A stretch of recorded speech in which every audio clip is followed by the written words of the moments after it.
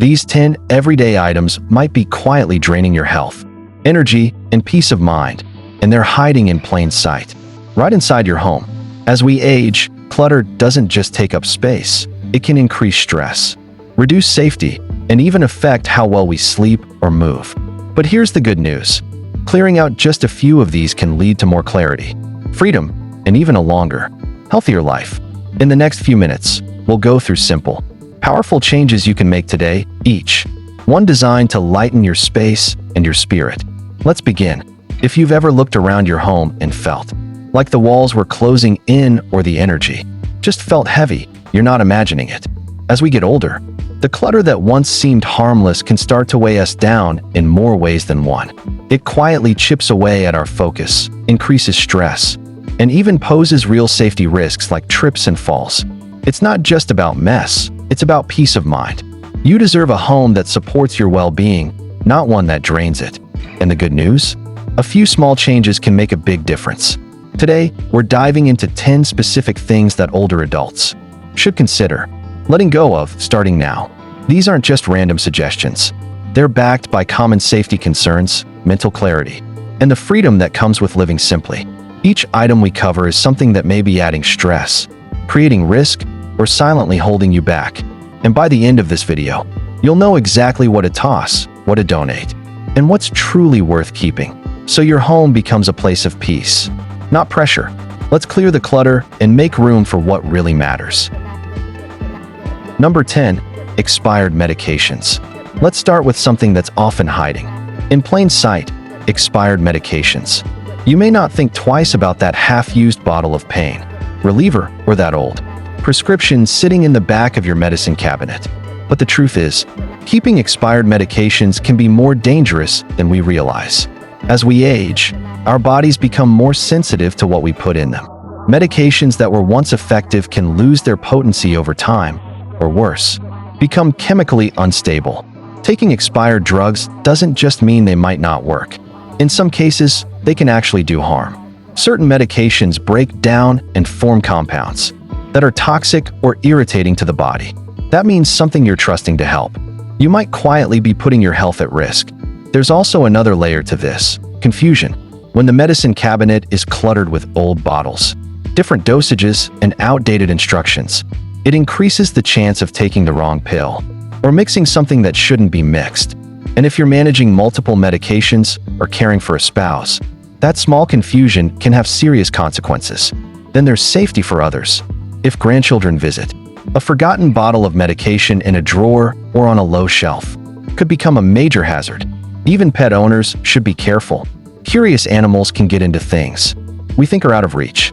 Decluttering expired medications is one of the simplest, but most powerful things you can do for your health and peace of mind. Here's how to start. Gather everything. Go through every drawer, cabinet, purse, and travel bag. Collect all medications, prescription, over-the-counter, supplements, creams, and even old vitamins. Check expiry dates. Anything past its expiration, or that you no longer recognize or remember the use for, should be separated. Dispose properly. Never flush medications down the toilet or throw them directly in the trash. Many pharmacies and local police stations offer safe disposal programs. Some communities even host take-back days for this exact purpose. If those options aren't available, crush pills. Mix them with coffee grounds or cat litter, seal them in a bag, and dispose of them in the trash, away from pets or children. Organize what's left. Use clearly labeled containers. Keep only what you actively use. And consider a weekly pill organizer to reduce daily stress and error. Letting go of expired medications may seem small, but it sends a big message. You're choosing safety, clarity, and intentional living. You're saying yes to taking care of yourself and your environment in a way that protects your future. So take 5 minutes today to do a sweep through your home. It might feel like just another task, but the peace of knowing everything in your medicine cabinet is safe and useful, that's a weight lifted you didn't even realize you were carrying. Number 9. Old papers and junk mail. It starts small: a letter you meant to respond to, a bill you already paid, a flyer you thought you'd read later. But over time, those little piles of paper grow. They fill drawers, cover countertops, and quietly invade our peace of mind. For many older adults, stacks of old papers and junk mail become part of the background, until one day, they're overwhelming. Here's the truth: all that paper isn't just clutter, it's a mental and physical burden. Every time you walk past a pile of unopened mail or an overflowing drawer of receipts, your brain registers it as a task undone. Even if you don't stop to think about it, it adds low-level stress. It's the feeling of "I should deal with that" over and over again. And that feeling takes up energy you could be using on things that truly matter. But there's more. Old paper can also be a fire hazard. In the event of an accident, even small stacks of paper can fuel a fire quickly. And for those with limited mobility, cluttered surfaces and boxes of paper near walkways can pose real safety risks. There's also an emotional layer to paper clutter. Many older adults hold on to old documents, outdated warranties, expired coupons, or even decades-old bank statements, just in case. It comes from a place of responsibility, of wanting to stay prepared. But there's a difference between being prepared and being buried by paper. Here's a simple way to start clearing it out. 1. Choose one spot. Pick one drawer, surface, or box. You don't have to tackle the whole house in a day. One pile at a time is all it takes. 2. Create 3 categories. Use 3 containers or folders. Keep, shred, recycle. Keep only what's necessary: current medical records, legal documents, active bills, or insurance. Shred anything with personal information, bank statements, old tax documents, medical bills. Recycle the rest: junk mail, expired coupons, old event flyers, outdated manuals. 3. Go digital when possible. If you're comfortable with technology, consider scanning or taking photos of important documents and storing them on a secure drive or device. This reduces physical clutter while keeping records accessible. 4. Stop the inflow. Place a "No Junk Mail" sign on your mailbox if your area allows it. Cancel magazine subscriptions you no longer read. Opt out of paper billing, where possible, and use a paper organizer for anything incoming. Here's the real benefit. Once you start letting go of unnecessary paper, you'll feel it, not just in your home, but in your mind. There's a surprising amount of peace in a clear surface. A clean desk or clutter-free table becomes a place to sit, breathe, write, or enjoy a quiet cup of tea without the guilt of undone tasks. And you don't have to let go of everything. Keep the handwritten letters, the meaningful cards, the things that truly matter. But let go of the rest: the noise, the stress, the stack of maybes you'll never get to. Less paper really does mean less stress. It's not just about tidying up, it's about giving yourself permission to feel lighter, to focus on today, and to move forward with clarity and confidence. Start small and feel the difference. Number 8. Duplicate kitchen tools. Let's talk about the kitchen, the heart of the home, and, for many of us, a quiet source of hidden clutter. Over the years, we collect things without even realizing it. An extra ladle from a holiday sale, a spatula someone gifted us, that third pair of tongs because we couldn't find the first 2 when we needed them. Before long, drawers are jammed, cabinets are stuffed, and every cooking task feels just a little more frustrating. Here's a question worth asking. How many of these tools do you actually use on a regular basis? Most of us reach for the same few items again and again.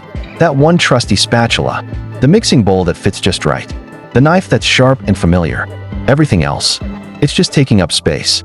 Now, this isn't about minimalism for the sake of it. It's about making your kitchen work for you, easier to use, easier to clean, and safer overall. As we age, bending into cluttered cabinets or rummaging through overstuffed drawers can increase the risk of injury. Cluttered counters can lead to spills or accidents.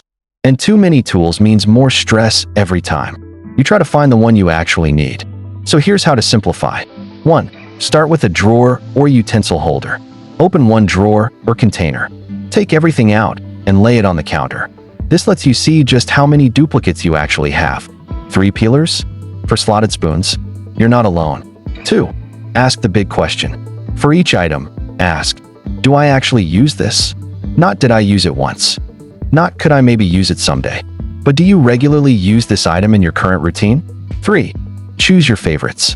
Keep one of each type, the one that works best, feels good in your hand, and gets the job done. One quality spatula is better than 5 flimsy ones. One dependable colander is better than 3 cracked or awkward ones. 4. Donate or toss the rest. If it's in good shape, donate it to a local shelter, community kitchen, or thrift store.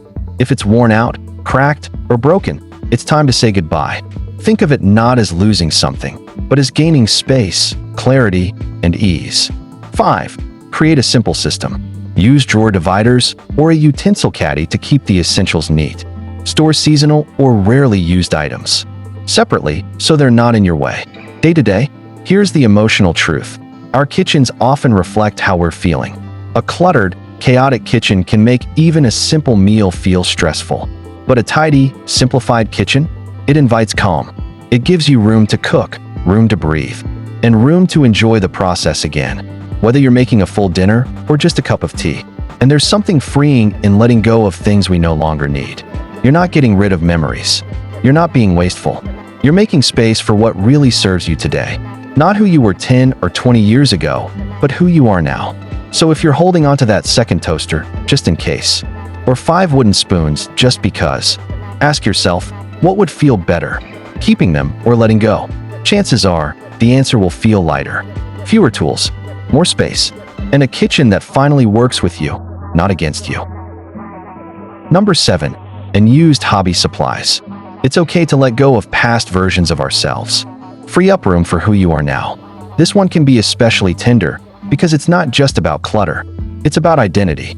Inside closets, basements, or craft drawers across many homes are quiet reminders of the hobbies we once loved, the projects we never started, or the version of ourselves we meant to return to. Yarn for the scarves we never finished. Canvases still blank. Golf clubs collecting dust. Boxes of beads, paints, fabric, or fishing gear. And here's the truth. Those items don't just take up space. They carry weight. Emotional weight. Sometimes even guilt. You might find yourself thinking, I'll get back to it when I have more time. Or, I used to love this. Maybe I will again. But if it's been years and the supplies are untouched, it's time for a gentle and powerful question. Are you holding on to the hobby? Or just the idea of who you used to be? As we grow older, we change. Our bodies change, our energy shifts, our interests evolve. That's not failure. It's natural. It's healthy. But sometimes our homes don't reflect that shift. We hold on to materials for hobbies we no longer enjoy or feel physically able to do, not realizing that keeping them can actually prevent us from discovering what brings us joy now. Decluttering and used hobby supplies isn't about giving up. It's about making space, physically and emotionally, for the version of you that exists today. The one who might prefer quiet reading over intricate painting. The one who's found joy in walking, gardening, or connecting with others in simpler ways. Here's how to approach this in a way that honors your past while embracing your present. 1. Gather all supplies in one place. Pull out hobby items from every corner, closets, under beds, drawers. Seeing it all together helps you understand the space it takes up. 2. Ask the honest question. For each hobby, ask, when was the last time I used this? If it's been more than a year, ask, does this still bring me joy? Or am I just keeping it out of guilt? 3. Keep only what you truly love or plan to use soon. Maybe you still enjoy knitting. Keep your favorite yarn and needles. But do you really need 40 skeins of yarn you've been saving for someday? Probably not. 4. Donate with intention. Letting go doesn't mean throwing away meaning. Many schools, senior centers, libraries, and shelters gladly accept gently used craft or hobby supplies. Your tools could spark creativity for someone else. 5. Reframe the story. Letting go of old supplies doesn't mean letting go of who you are. It means recognizing that you're growing, evolving, and creating space for new joy. Maybe that's writing, baking, walking, volunteering, or simply having a tidy room where you can breathe.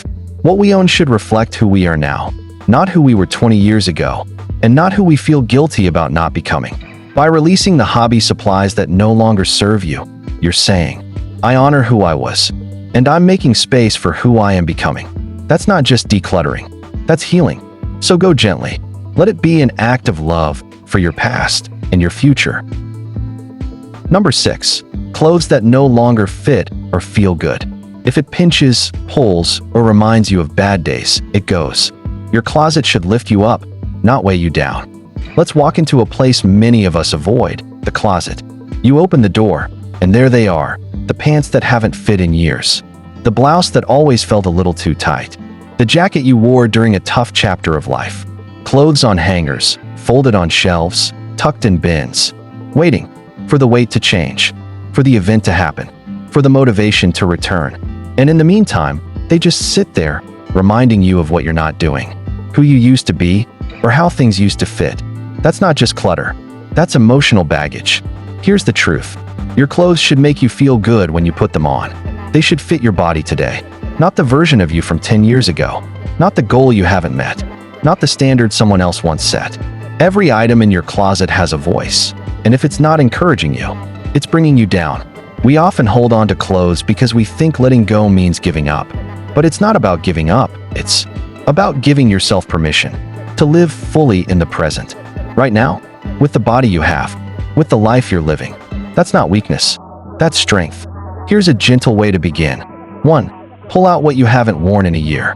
Take a walk through your closet and pull anything you haven't worn in the last 12 months.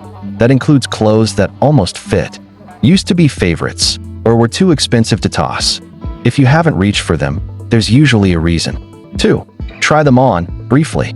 This isn't about criticism, it's about clarity. Does it feel good on your skin? Does it fit comfortably when you sit and move? Can you breathe easily? Does it feel like you? If the answer is no, let it go. 3. Separate by feel, not just look. Some clothes may fit, but carry heavy memories. Maybe you wore that dress during a hard time, or those shoes to a funeral. If an item brings you sadness, stress, or self-doubt when you see it, it doesn't belong in your daily life. 4. Keep what feels like a yes. Keep the clothes that feel like a hug, that make you smile, that fit your life now, your lifestyle, your comfort, your joy. These are the clothes you deserve to wear every day. 5. Donate, gift, or repurpose. Clothing in good condition can bless someone else. Women's shelters, thrift stores, senior centers. There are many who need what you no longer do. Letting it go doesn't mean waste. It means your closet is serving you, not haunting you. Imagine this. You open your closet and everything in it fits. Everything is comfortable. Everything reflects who you are right now. No guilt, no pressure, no shame. Just clothes that support your life, your body, your sense of peace. That's more than decluttering. That's self-respect. That's self-love. So if it pinches, pulls, tugs, or triggers, let it go. You've lived through enough hard days. Your clothes shouldn't be a reminder of them. Your closet should feel like a sanctuary, not a storage unit. And remember this, you are not failing because something doesn't fit anymore. You are evolving, and your space and your wardrobe deserve to evolve with you. Number 5. Old Tupperware without lids. It's clutter disguised as usefulness. Time to recycle it. Let's talk about that kitchen cabinet or drawer. Yes, the one that explodes every time you try to grab a container. You reach in for something simple, just a place to store leftovers or pack up tomorrow's lunch. And out comes a cascade of mismatched plastic. Containers with no lids. Lids with no matching containers. Pieces warped from the microwave, yellowed with age. At first glance, it doesn't seem like a big deal. They're just containers, right? But over time, they quietly multiply and slowly create frustration, wasted space, and mental drain. Here's what often happens. You keep a container thinking, I'll find the lid later, or maybe I can use this for something else. But months pass. The lid never shows up. The odd-shaped container never gets used. And now your storage space is overrun with items you can't even use properly. That's not organization. That's clutter disguised as usefulness. And here's the emotional part we rarely talk about. For many of us, these containers symbolize something deeper, resourcefulness. The idea that we're being smart by reusing things. Not wasting, being prepared. But keeping things that no longer function doesn't make us prepared. It makes us frustrated. And you deserve better than frustration every time you open a cabinet. Here's how to reclaim your space, one lid at a time. 1. Pull every container out. Lay them all out on the counter or table. This might feel overwhelming at first, but seeing the full picture is what helps you reset. 2. Match lids to bases. Like a puzzle, try to match each lid with its correct container. Anything that doesn't have a match, set it aside. Be honest. If you haven't found the lid in 6 months, It's not hiding in the dishwasher. It's gone. 3. Check for damage or warping. Some plastics degrade over time, especially if they've been microwaved, frozen, or used often. Look for cracked edges, melted lids, or containers that no longer seal. These aren't just annoying, they can be unsafe for food storage. 4. Recycle or discard responsibly. If a container is unusable or lidless, it's time to part ways. Many plastic containers can be recycled. Check the bottom for the recycling code. If not recyclable, let them go knowing you're making space for peace, not perfection. 5. Keep only what you use regularly. You don't need 30 containers for a 2-person household. Keep a few sizes that work well, stack neatly, and have lids that stay put. Quality over quantity. 6. Store them smartly. Nest similar-sized containers inside each other. Store lids vertically in a small basket or organizer. The goal is ease. Every time you reach for a container, it should be there, ready, complete. Why this matters more than you think. You might think this is just plastic, but the mental lift is real. Clearing out even one drawer or shelf can give you a little more peace, a little more control, and a surprising sense of relief. Because clutter isn't always about stuff. It's about how stuff makes you feel. When your home feels lighter, your day does too. When your kitchen functions smoothly, so does your mind. So if you've got an avalanche of mismatched lids and warped containers hiding behind that cupboard door, here's your permission. You don't need to keep things just because they once had a purpose. You deserve items that work now, just like you're working to make life simpler, calmer, and more joyful. Let the broken, lidless, mismatched pieces go. Reclaim your space, and reclaim that little spark of peace that comes every time you open the cabinet and everything is just in place. Number 4. Broken items you'll fix someday. If it's been over a year, it's not getting fixed. Bless someone else with the space. Let's be honest. Somewhere in your home, maybe in a closet, under the sink, out in the garage, or tucked behind a door, there's a pile of someday. A lamp with a wobbly base. A clock that stopped ticking. A blender that quit halfway through a smoothie. That old radio you used to love. A buttonless coat. A squeaky chair. The drawer that never quite closes right. And every time you pass it, you say the same thing in your head. I'll get around to fixing that. But the truth is, if it's been sitting there broken for a year, 2 years, or more, you're probably not going to fix it. And that doesn't make you lazy. It makes you human. We save these items because they once worked. Because we don't like waste. Because it feels wrong to throw something away when it's almost useful. But what we forget is that keeping broken items is its own kind of cost, a quiet drain on our energy, space, and peace of mind.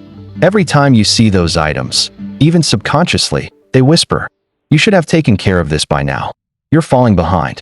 Why haven't you handled this?" That mental weight adds up. And let's be clear, not every broken thing is worth fixing. The time, the tools, the effort, it all has to be measured against your current energy, your priorities, and the life you want to live now. Just because something can be fixed doesn't mean you have to be the one to fix it. Here's a simple process to start letting go. 1. Gather the fix-it items in one place. You might be surprised how many there are once you look around. Gather everything broken, damaged, or in repair limbo, and put them together where you can clearly see them. 2. Ask the hard, honest question. For each item, ask yourself, if I haven't fixed this in a year, do I really plan to? Does this item add value to my life? Enough to make it worth the effort? Would I go out and buy this again today if I didn't already own it? 3. Decide what's truly worth repairing. Maybe there's 1 or 2 items that really do matter. A sentimental clock, a favorite chair. That's fine. Make a real plan. Who will fix it, when, and how? Write it down. If it doesn't happen in the next 30 days, let that be your cue to let it go. 4. Release the rest with gratitude. Let go of the guilt, not just the object. You gave it a chance. It served you once. But its time has passed. Toss it, recycle it, or donate it to someone who does want a repair project. Local charities or DIYers often take broken electronics, appliances, or furniture for parts. 5. Create a no-pile rule. Going forward, if something breaks, decide within a week. Fix it now, schedule it, or let it go. No more piles. No more passive stress. Why it matters. Letting go of broken things is more than just decluttering. It's about clearing mental space. choosing presence over pressure, and saying to yourself, I deserve a home that works, just like I do. You've carried enough weight in your life, emotionally, physically, and mentally. You don't need drawers full of broken gadgets or shelves of things, waiting for attention that will never come. Instead, make room for clarity, for items that work, for peace, because you deserve to live in a space that's functional, calm, and joyful, not filled with unfinished to-do lists collecting dust in every corner. So today, pick one item, let it go, and with it, release the burden of someday. That small act might feel like nothing, but it's the start of something big, freedom. Number 3, gifts you don't use but feel guilty about. You can keep the love and let go of the item. Let's talk about something surprisingly heavy, not physically, but emotionally, the gifts we've kept for years. Not because we use them, but because we feel guilty letting them go. It might be that vase your cousin gave you that doesn't match anything in your house, or the sweater that never quite fit, but came from someone who meant well, the decorative plate you never displayed, the book you were gifted 5 birthdays ago and never opened. Or maybe it's that foot massager in the back of your closet, still in the box 3 holidays later. We keep them in drawers, on shelves, under beds. And every time we see them, we hear the same whisper. They gave it to me. I can't just give it away. But here's the truth many of us need to hear gently, but clearly. Keeping a gift out of guilt doesn't honor the person who gave it. It just weighs you down. The people who love you gave those gifts with one hope in mind, to make you happy. If the item doesn't do that, if it creates stress, clutter, or even resentment, then it's no longer serving its purpose. And here's the powerful part. You can keep the love and let go of the object. Here's how to release with kindness and clarity. 1. Gather all the guilt gifts. Go through your home with fresh eyes. Look for items you've kept not because they bring joy, but because you're afraid of offending someone. If you haven't used or loved it in over a year, it's a candidate. 2. Acknowledge the intention. Pause with each item and take a moment to appreciate the giver's thoughtfulness. Maybe even say it aloud. I'm thankful they thought of me. I felt loved when I received this. This step matters. Gratitude loosens the guilt. 3. Separate feelings from stuff. A gift is not a contract. It's not a lifelong obligation. It's a moment of kindness, not a burden to carry forever. Releasing the item doesn't erase the relationship. It makes room for your peace. 4. Donate, regift, or rehome thoughtfully. If the item is in good shape, give it a new life. Donate it to someone who will use it. Offer it to a neighbor or community center. Your gift can still bring joy, just to someone else. 5. Keep a memento if it helps. If the person is especially dear, and the item is hard to part with, consider taking a photo of it or saving a small part, like a charm from a necklace or a label from a handmade item. A memory takes up far less space than an unused object. Why this matters for your well-being. As we age, our relationship with space changes. Our homes need to work for us, not against us. Clutter, even if it's sentimental, can quietly add stress, decision fatigue, and even physical risk. You deserve a home filled only with things you use, love, and choose to keep. Not things you keep because you're afraid of hurting someone's feelings. Letting go of a gift doesn't make you ungrateful. It makes you intentional. And here's the beautiful truth. You don't need an item to hold on to a memory. You don't need a physical object to feel connected to someone. And you absolutely don't need guilt weighing down your shelves or your heart. So take a deep breath. Pick one item. Thank it. Then let it go. Because your peace of mind is the greatest gift you can give yourself. Number 2. Dangerous rugs and cluttered walkways. Falls are a serious risk. A clear floor is a safer future. It's something many people don't think about until it's too late. That lovely rug by the front door, the scatter of shoes by the hallway, a basket sitting just a little too far into the walkway, a low step you've walked over 1,000 times. But here's a hard truth. The majority of serious injuries in older adults happen not outside the home, but inside it. And most of them start with something simple, a trip, a slip, or a fall. If you've ever stumbled on the corner of a rug, caught your toe on a doorframe, or had to shuffle through a narrow hallway to avoid piles or furniture, it's not just inconvenient, it's dangerous. Falls are one of the leading causes of hospitalization and long-term decline in seniors. And the risk goes up with every extra item on the floor. But here's the empowering part. Most of these hazards are fixable. You don't need a home renovation. You just need a fresh look and the willingness to let go of what's standing in the way of your safety. Here's how to make your home a safer, calmer place, starting today. 1. Walk your space with new eyes. Start at your front door. Slowly walk through each room like a visitor. Pay attention to where your feet land. Ask, is there anything I have to step around or over? Do rugs lay flat? Or do the corners curl up? Are walkways wide enough for me to move without twisting or sidestepping? Would this space still be safe in low lighting or if I were feeling dizzy? 2. Remove or secure throw rugs. Throw rugs might look cozy, but they're one of the top tripping hazards in homes. If a rug slips, bunches up, or moves underfoot, it needs to go. If you truly want to keep a rug, secure it with non-slip backing or rug tape. Better yet, consider switching to low pile non-slip mats designed specifically for safety. 3. Clear the floor, literally. Shoes, baskets, stacks of magazines, small furniture, and pet toys all contribute to cluttered paths. Every item adds risk. Relocate anything that blocks your natural walking path. Use wall hooks or shoe racks to lift items off the floor. Consider reducing the number of decorative pieces in tight areas. 4. Light it up. Dim or poorly lit hallways make small hazards invisible. Install night lights or motion sensor lighting in commonly used areas, especially between the bedroom and bathroom. 5. Move furniture for flow. You might be used to walking around a certain table or chair, but that doesn't mean it's safe. Consider rearranging for clear, straight walkways.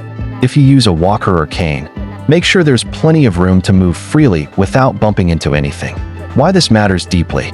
When we talk about aging well, we often focus on food, exercise, or brain health. But mobility and safety are just as essential.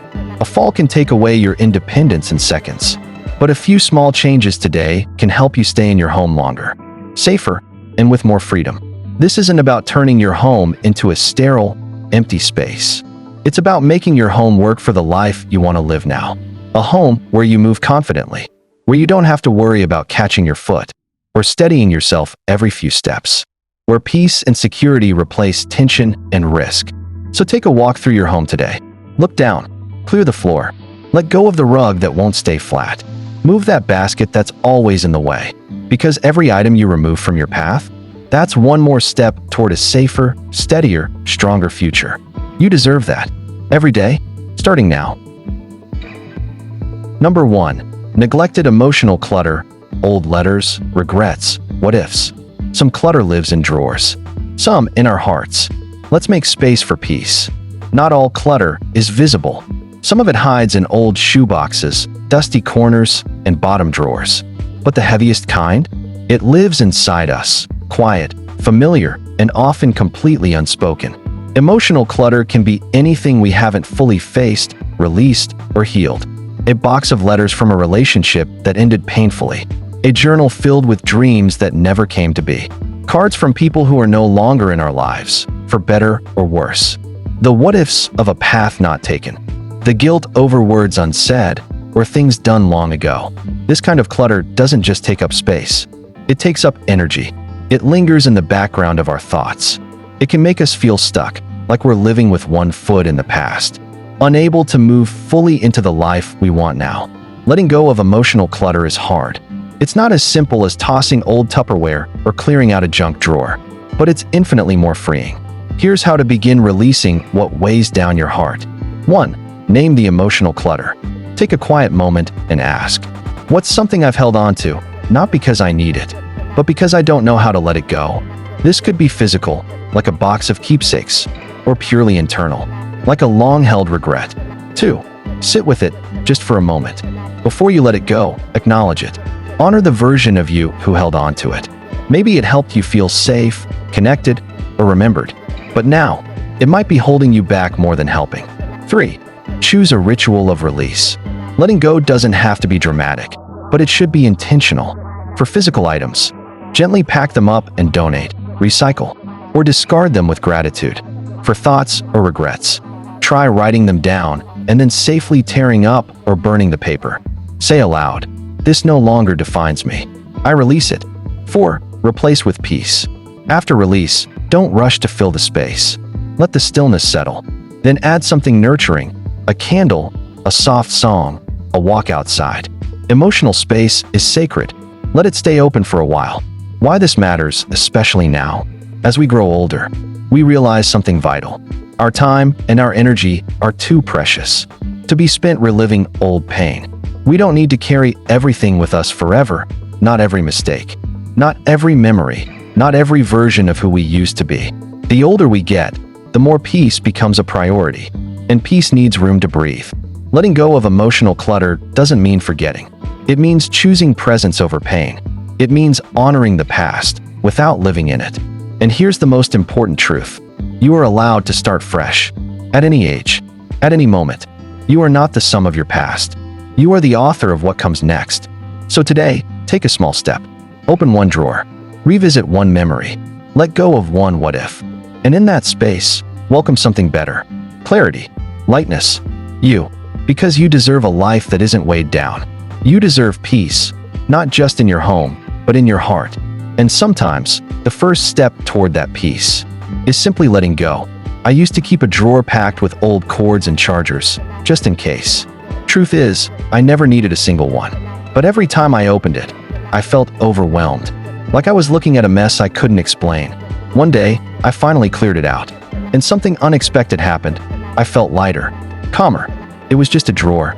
But letting it go felt like letting go of mental clutter, too. Funny how something so small can create such a big shift. If there's a space like that in your home, maybe today's the day to clear it and breathe a little easier. Imagine a home where every drawer opens with ease. Every shelf holds only what you need, and every step feels clear and safe. That kind of home isn't just possible, it's powerful. Because decluttering isn't just about tidying up. It's about creating a space that supports your well-being. It gives you back time, no more searching. It gives you back energy, less overwhelm. And it gives you clarity, a calm mind in a calm space. The more you let go, the more room you make for what truly matters. Peace, freedom, and the life you want to live now. What's one thing in your home you know it's time to let go of? Maybe it's small. Maybe it's heavy with memories. But naming it is the first step. Share it in the comments. I read every single one. And your story might inspire someone else to begin. If this gave you a gentle nudge toward more peace, more clarity, or just one small step forward, tap like and subscribe. There's more to come. One drawer, one shelf, one quiet moment at a time.